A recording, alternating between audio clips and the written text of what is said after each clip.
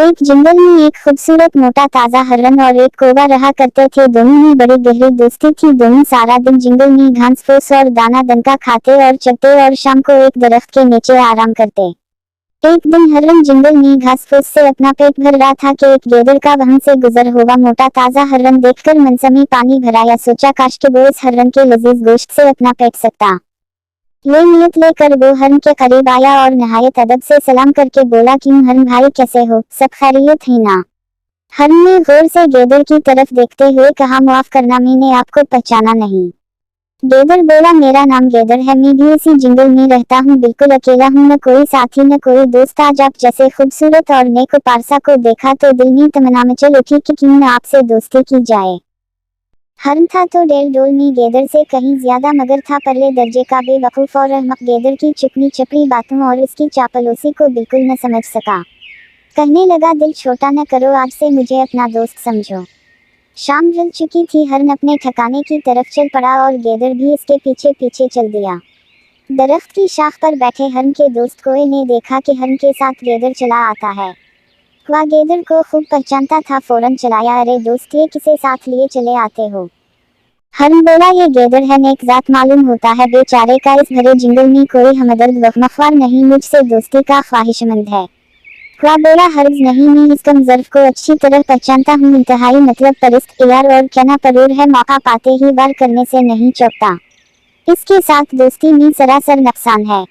हरण कहने लगा, गैदर ठीक कहता है, अगर उसकी ख्वाहिश है कि हमारी सहबत में शामिल हो तो ये हमारी खुश नसीबी है। वह ये सुनकर खामोश हो रहा।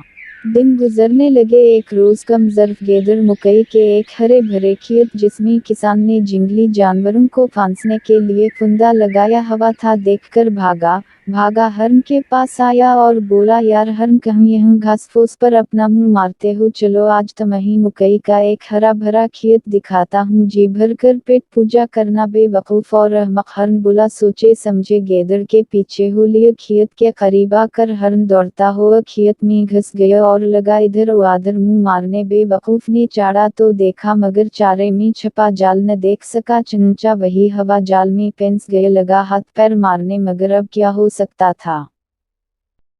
जाल में गिरफ्तार होते ही बदजात गैदर खुशी से नाचने लगा। अहमक हरण अभी भी यही समझा कि मेरे गिरफ्तार होने पर बेचैन है।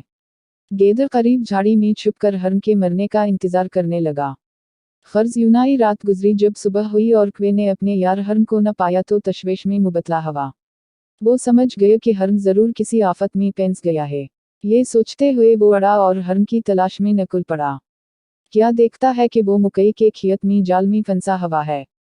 हरण ने क्वे को सारा माजरा बयान किया। क्वे ने आ भरी और कहा, का मैंने तुझसे नहीं कहा था कि गैदर परले दर्जे का मौका परिस्त मतलबी और कमीना है।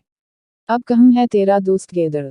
इतने में किसान कलहाड़ी लिए खेत में आया। जाल में फंसे हरण को देख खुश हवा करीब आकर देखा तो हरण को मर्दा पाकर अफसोस करने लगा और हरण को जाल से आज़ाद कर दिया। बस इसी मौका पर क्वे ने चलाकर कहा, अबे देखता क्या है, अट के भाग। हरण भाग खड़ा हवा। किसान ने शकारहत से जाता देखकर अपनी कलहाड़ी जोर से हरण के तरफ फेंक कर मारी। कलहाड़ी हरण को तो क्या लगती, झाड़ी में छपे गैदर की गर्दन में जा लगी और वो बदकिरदार मौका पर ही हलाक हो गया। तो प्यारे बच्चों, हमें उस कहानी से ये सबक मिलता है कि किसी को भी जाने बना उससे दोस्ती न की जाए और अपने मुख्लिस दोस्त की बात को अहमियत दी।